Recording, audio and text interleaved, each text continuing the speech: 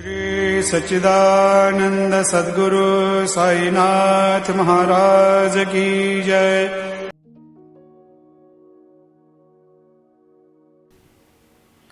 Sri Sai Satcharitra, Chapter 48, Warding of Devotees' Calamities. Story of Shevde Sapatnekar. At the commencement of this chapter, someone asked Hemad Pant whether Sai Baba was a guru or Sadguru.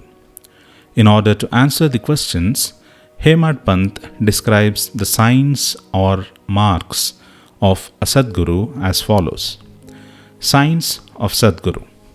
He who teaches us Ved and Vedanta, or the 6 Shastras systems, he who controls the breath or brands his body with mudras, metallic marks of Vishnu's weapons, or gives pleasing discourses regarding Brahma, he who gives mantras, sacred syllables, to the disciples and orders them to chant the same as a certain number of times, but does not assure them any result in a definite time, he who by his lengthy gross knowledge explains beautifully the ultimate principle but has himself got no experience or self-realization, is not a Sadguru, but he who by his discourse creates in us a distaste for the enjoyments of this world and the next, and gives us a taste of self-realization, who is well versed in both the theoretical and practical knowledge,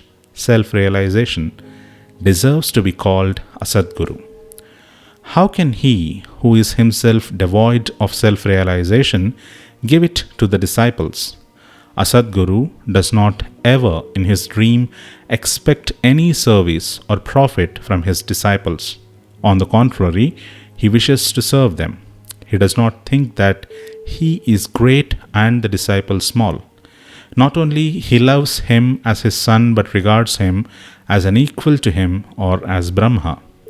The main characteristic of a Sadguru is that he is the abode of peace. He is never restless nor ruffled. He has no pride of his learning. The poor and the rich, the small and the great, are the same to him. Hemad Pant thinks that on account of the store or accumulation of merits in his past births, he had the good fortune of meeting and being blessed by such a Sadguru as Sai Baba. Even in full youth, he hoarded nothing except chilim perhaps. He had no family, no friend, no home, nor any support. Since he was 18, his control of mind was perfect and extraordinary. He lived fearlessly in secluded places and always abided in his self. On seeing the pure attachment of his devotees, he always acted in their interests, and hence he was, in a way, dependent on them. What experience he gave to his devotees while he was living in flesh, or felt even today after his Mahasamadhi by those who attach themselves to him, what the devotees have to do is this. They have to trim their heart lamp of faith and devotion and burn in it wicks of love, and when this is done, the flame of knowledge, self-realization, will be lit up and shine bright. Mere knowledge without love is dry. Nobody wants such knowledge. Without love, there is no contentment. So we should have unbroken and unbounded love. How can we praise love? Everything is insignificant before it. Without love, our reading, hearing, and the study are of no avail. In the wake of love come devotion, dispassion, peace, and liberation with all their treasures. We do not get love for anything unless we feel earnestly about it. So, where there is real yearning, God manifests Himself. It includes love, and it is the means of liberation.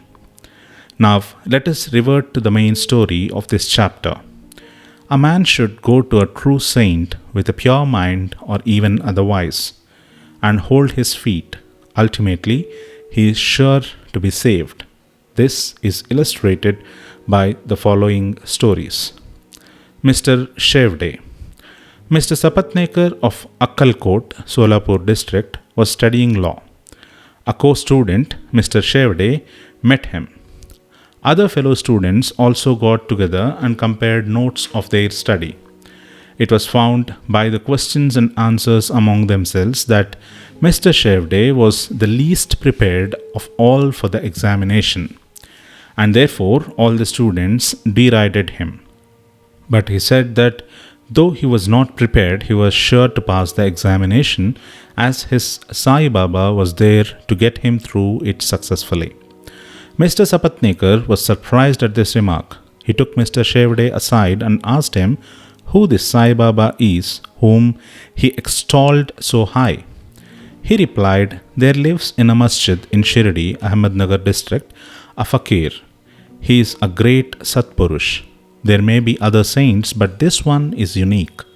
Unless there is a great store of merits on one's account, one cannot see him.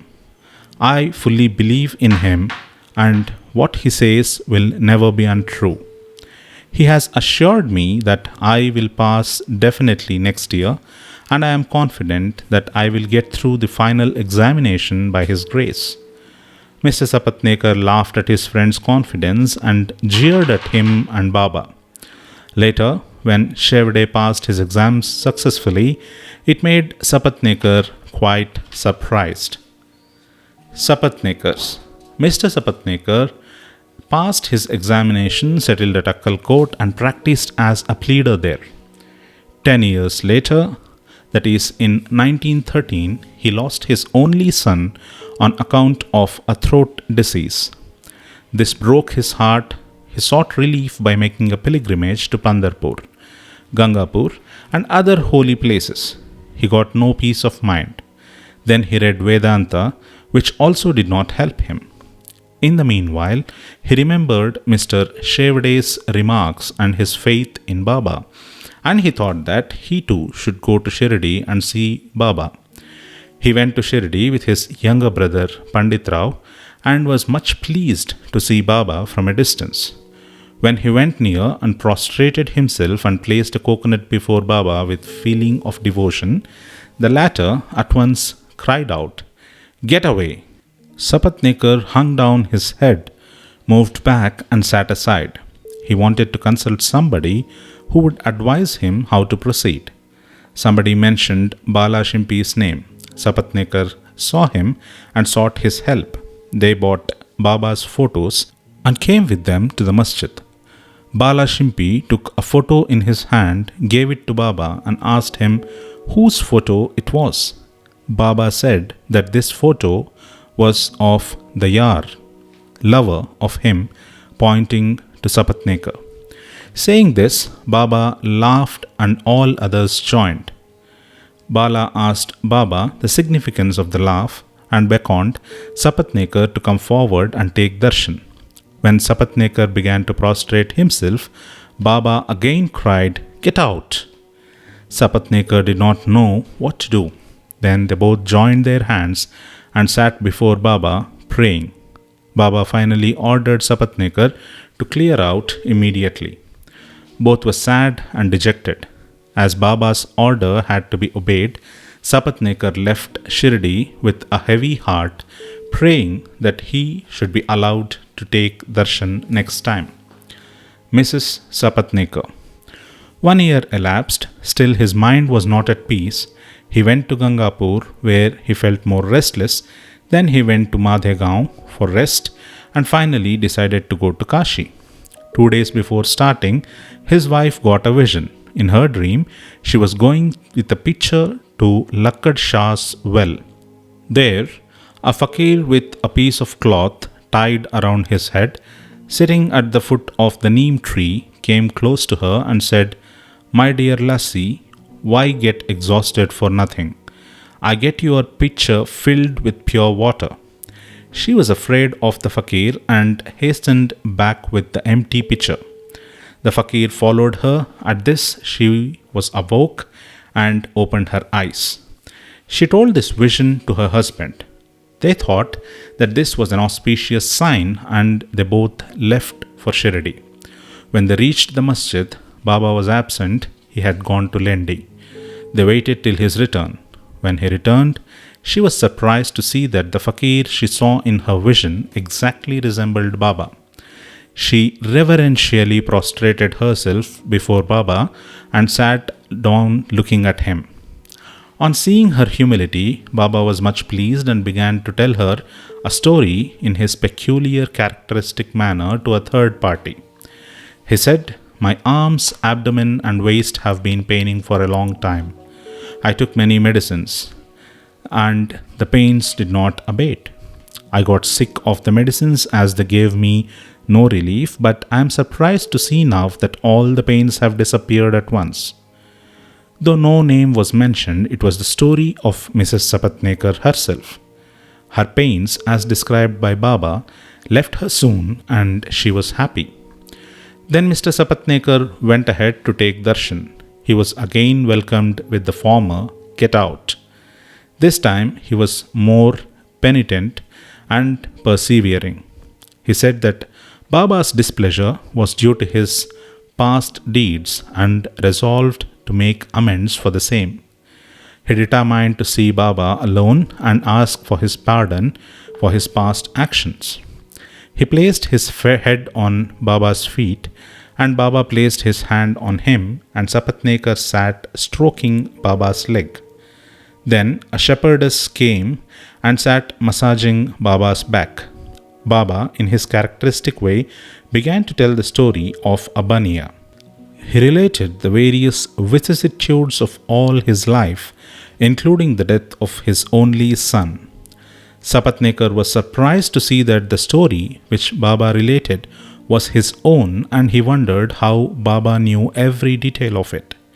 He came to understand that he was omniscient and knew the hearts of all.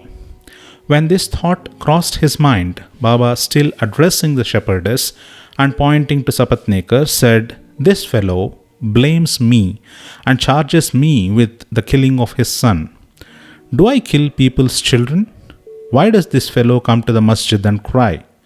Now I will do this. I will again bring that very child back in his wife's womb." With these words, he placed his blessing hand on his head and comforted him, saying, "These feet are old and holy. You are carefree now. Place entire faith in me and you will soon get your object." Sapatnekar was much moved with emotion. He bathed Baba's feet with his tears and then returned to his residence. Then he made preparations for worship and Naivedya and came with his wife to the masjid. He offered all this to Baba and accepted prasad from him. There was a crowd in the masjid, and Sapatnekar went there and saluted Baba again and again. On seeing heads clashing against heads, Baba said to Sapatnekar, "Oh, why do you prostrate yourself now and then? One namaskar offered with love and humility is enough." Then Sapatnekar witnessed that night the Chavadi procession described earlier. In that procession, Baba looked like veritable Pandurang Vittal. At the parting next day, Sapatnekar thought that he should first pay 1 rupee as dakshina, and if Baba asked again, instead of saying no, he should pay 1 more, reserving with him sufficient amount as expenses for the journey. When he went to the masjid and offered 1 rupee, Baba asked for another as per his intention, and when it was paid, Baba blessed him, saying, "Take the coconut, put it in your wife's oti, upper fold of her sari, and go away without the least anxiety."